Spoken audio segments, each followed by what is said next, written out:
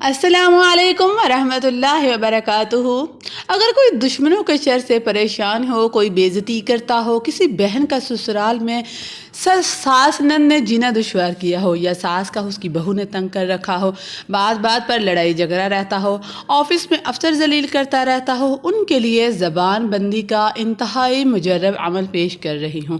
طریقہ عمل یہ ہے: اول و آخر 11 مرتبہ درود شریف 21 پڑھنا ہے، اور 21 مرتبہ اس آیت کو آپ پڑھ کر مخالف دشمن کا تصور کر کے پھونک ماریں۔ اس آیت کو صبح شام 21 دن تک پڑھیں۔